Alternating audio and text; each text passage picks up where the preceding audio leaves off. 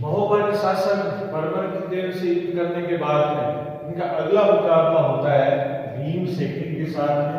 ये भीम सेकिन चालुक्य वंश के शासक थे और उस समय इनकी राजसत्ता थी गुजरात के और अजमेर के अंदर स्वयं थे ही और पृथ्वीराज चौहान। इन दोनों के बीच में युद्ध का कारण हमारे इतिहासकारों ने एक आबू के बेटे को लेकर माना है। आबू जिसका नाम आप सभी जानते हो, आबू के अंदर माउंट एवरेस्ट माउंट आबू के अंदर गुरु शिखर नाम की एक राजस्थान की सबसे ऊंची चोटी है। तो इसी जगह आबू के अंदर एक राजकुमारी थी जिसका नाम था इच्छिनी और इसी इच्छिनी को प्राप्त करने को लेकर अजमेर के शासक पृथ्वीराज चौहान और चालुक्य वंश शासक भीम सेकिन के बीच में युद्ध हुआ, ऐसा इतिहासकार कहते हैं। इसके पीछे एक घटना है, वो बताई गई है कि 1178 ईस्वी के आसपास में गजनी के शासक मोहम्मद गोरी, जिसे मोहम्मद बिन शाम के नाम से भी जाना जाता है, उन्होंने राजस्थान के अंदर होते हुए और गुजरात के जो सोमनाथ मंदिर था उस पर आक्रमण करने की योजना बनाई।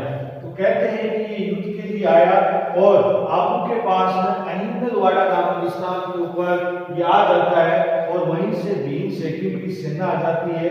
इन दोनों के बीच में भयंकर युद्ध होता है और इस युद्ध के अंदर गोरी को पराजित कर देता है और गोरी वापस यहाँ से चला जाता है। गोरी तेरा गांव बड़ा प्यारा, जैसा इसका गांव था उस प्यारा गांव था, अपने प्यारे गांव गजनी के अंदर वापस चला जाता है।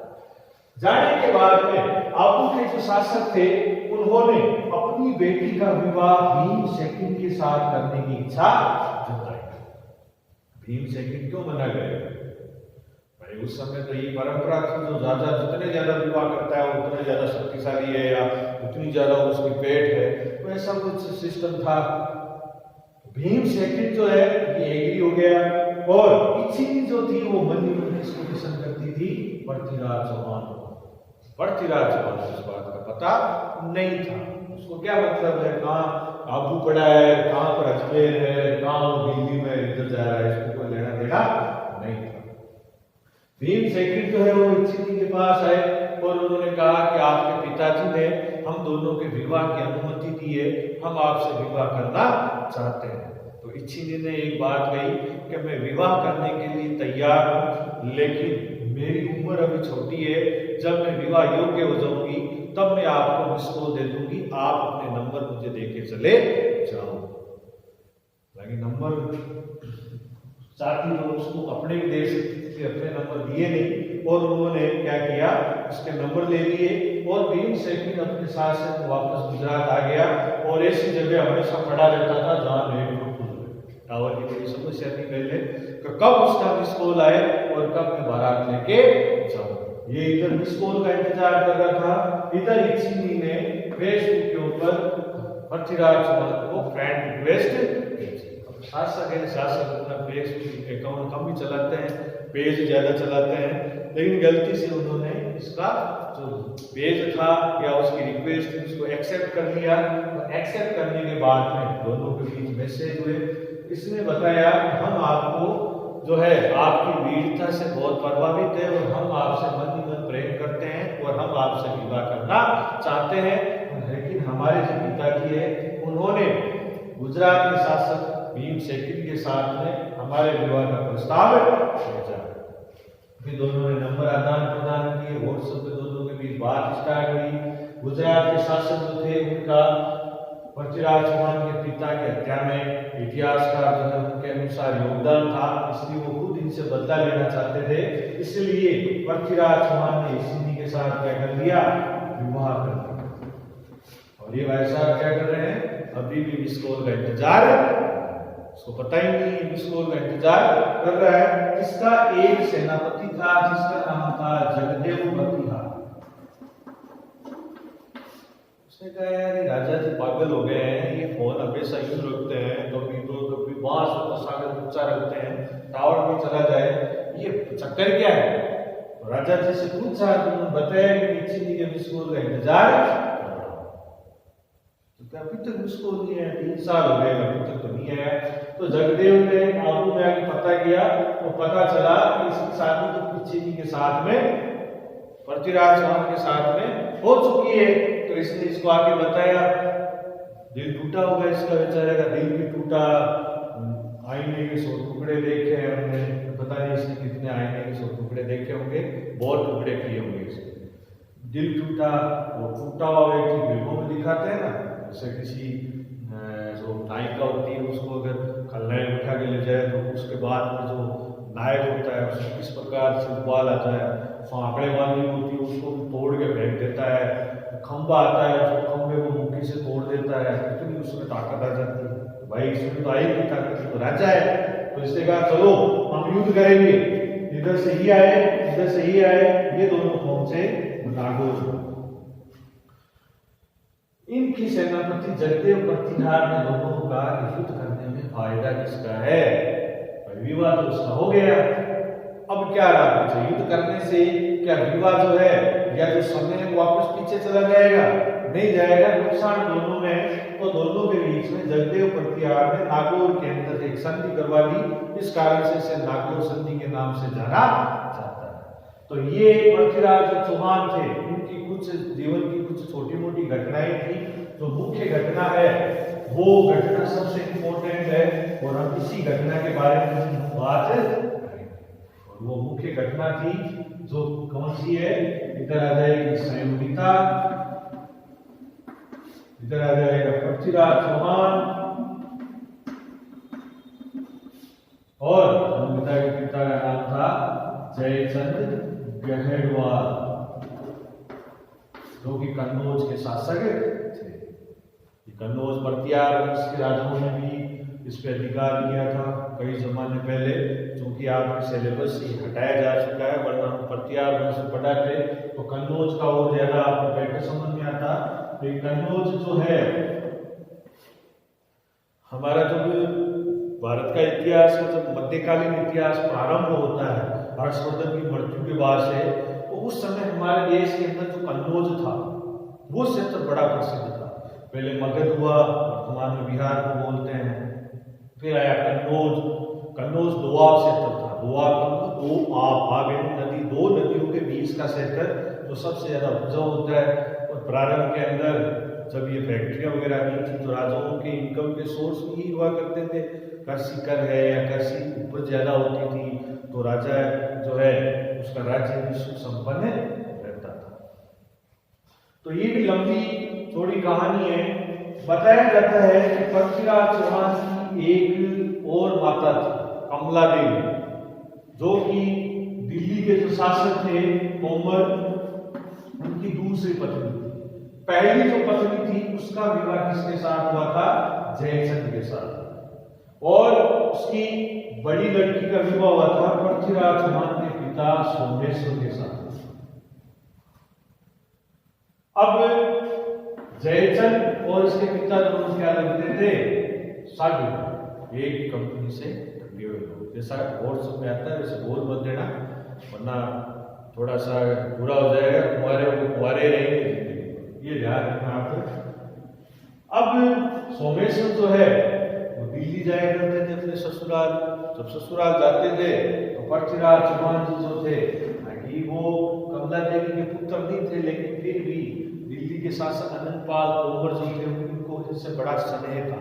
तो ये अक्सर अपने पिताजी के साथ में दिल्ली जाया करते थे। उनको कहते थे कि अब तो दिल्ली जाना है, दिल्ली का मेट्रो देखना है, ट्रेन कैसे चलती है, बड़े बड़े सिनेमा हॉल देखने हैं, अरविंद केजरीवाल का भाषण सुनना है, संसद भवन देखना है, लाल किला देखना है, और वहाँ पे कुतुब मीनार है, बहुत चीजें हैं, 4G नेटवर्क चलता है वहाँ पे, अपने यहाँ तो चलता ही नहीं है, रो रो के चलता है, तो मैं आपके साथ चलूंगा।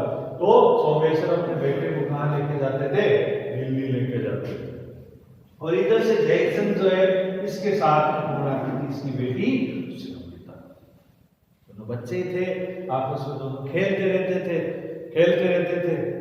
ठीक है, खेलते खेलते बड़े हो गए तो इन दोनों ने बात के अंदर फोन पे क्या करनी शुरू कर दी, बात करनी शुरू कर दी। धीरे धीरे फोन पे बात करनी शुरू कर दी।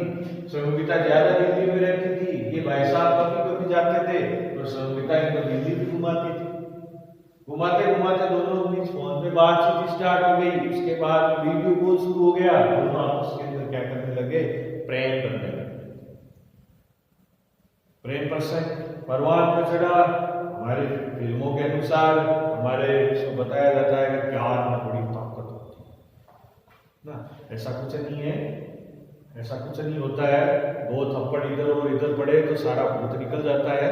इसलिए आपको इस प्रकार से कुछ नहीं करना है, क्योंकि इतिहास से आपको सबक लेना है। ये बात इसको पसंद नहीं थी जयचंद को। एक दिन इसने व्हाट्सएप पर सारे मैसेज पढ़ दिए, व्हाट्सएप पे मैसेज पढ़ दी, आग को खुला हो गया।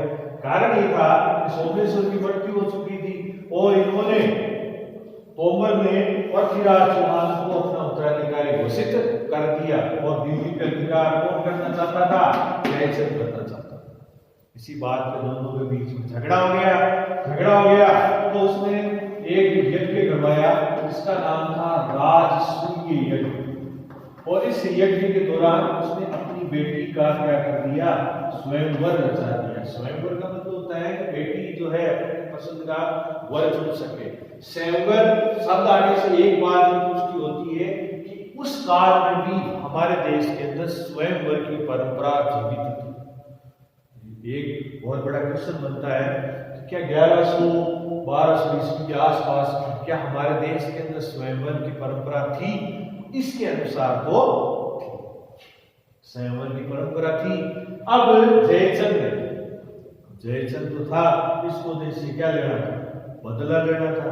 और बदला लेने के लिए भाई साहब ने क्या किया कि पृथ्वीराज चौहान थे, उनकी एक पीतल की प्रतिमा बनवाई और जो महल था, महल के गेट के यहाँ पर उसकी प्रतिमा को उसने क्या कर दिया, जहाँ चप्पले जूता चप्पला खोला, बारह खोलना, बहुत जगह उन्होंने क्या कर दिया, इसकी मूर्ति लगा दी। ये तो द्वारपाल है, ऐसे तो द्वारपाल घूमते हैं। आप तो पृथ्वीराज चौहान को मान शासन मानते होंगे। और सेवन का विवाह किससे करना चाहते थे, पृथ्वीराज चौहान। अब पहले क्या होता था, आपने धारावाहिक देखे होंगे, जैसे महाभारत देखा होगा, आपने रामायण देखी होगी, जिसके अंदर भगवान राम का स्वयंवर होता है। इस प्रकार से मतलब वो एक परंपरा होती थी। ये महाभारत में देखा कुछ शर्तें लगाते थे। इस समय की किसी शर्त का उल्लेख तो नहीं मिलता, लेकिन उस समय इस प्रकार से दरबार था, यहाँ राजा बैठते थे और यहाँ पे राजकुमार बैठे थे।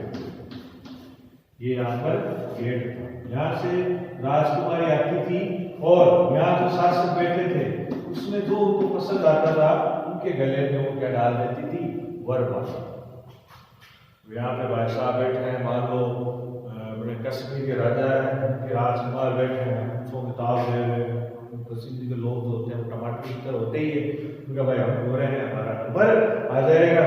तो ये भाई साहब का नंबर नहीं आया, ये थोड़े से नाराज है। इस भाई साहब का नंबर नहीं आया, महाराष्ट्र वाले का नहीं आया, अपने जो है गुजरात से भी गए होंगे उनका भी नहीं आया, इधर महोबा के शासक थे उनका भी नहीं आया। ऐसे करते करते करते करते करते करते सबका ही क्या हो गया, नंबर कट गया।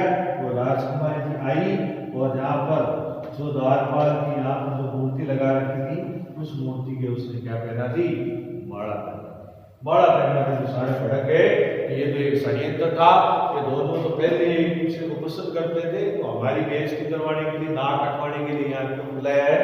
पृथ्वीराज चौहान को पता चला कि उसने माला पहना दी है, उसने सबसे बगावत कर ली है। और इधर जैसे माला पहनाई, जयचंद ने इसको बंद कमरे के अंदर क्या कर दिया, बंद कर दिया। पुराने फिल्मों में होता था ना, उसको ले जाकर बंद कर दिया। फिर ये कहती थी नहीं नहीं नहीं, इस प्रकार के डायलॉग मारती थी, रामू काका। इसने भी चिल्लाया रामू काका। जैसे जैसे खबर पहुंची पृथ्वीराज चौहान के पास में, उसने कन्नौज से आक्रमण किया और ये सैनिकता का अपहरण करके कहाँ लेके आ गए, अजमेर लेके आ गए। इस प्रकार की घटना पृथ्वीराज राष्ट्र के अंदर दिखाई गई है। लेकिन गोपीनाथ शर्मा है, गौरीशंकर ओझा है, ये हमारे कुछ राजस्थान के आधुनिक इतिहासकार है, उन्होंने इस घटना को जो है कन्नौज और अजमेर के बीच में संघर्ष के बीच में नहीं माना है, लेकिन the early dynasties of Chauhan, the early Chauhan dynasty sorry नाम की जो किताब लिखी थी दशरथ शर्मा जी ने, बहुत अच्छी किताब है। उन्होंने चौहानों का इतिहास लिखा है। इस चौहानों के इतिहास किताब के अंदर उन्होंने कहा है कि ये मात्र एक संयोग नहीं था, बल्कि ये दोनों के बीच में प्रेम प्रसंग भी असली था। दोनों के बीच में अपहरण वाली जो घटना थी वो भी सटीक थी, और इसी वजह से ही हमारे देश के अंदर पृथ्वीराज चौहान और मोहम्मद घोरी के बीच जो युद्ध हुए, उस युद्ध के अंदर इनका तटस्थ रहना या दूर रहना मुख्य कारण दोनों के बीच हुई इस घटना का ही माना जाता है। तो ये पृथ्वीराज चौहान की प्रारंभिक विजय थी। विजय होने के बाद में अब जो मेन जो टॉपिक आएगा पृथ्वीराज चौहान के जीवन के संबंध में, वो मेन टॉपिक है, उसकी चर्चा हम कर ले।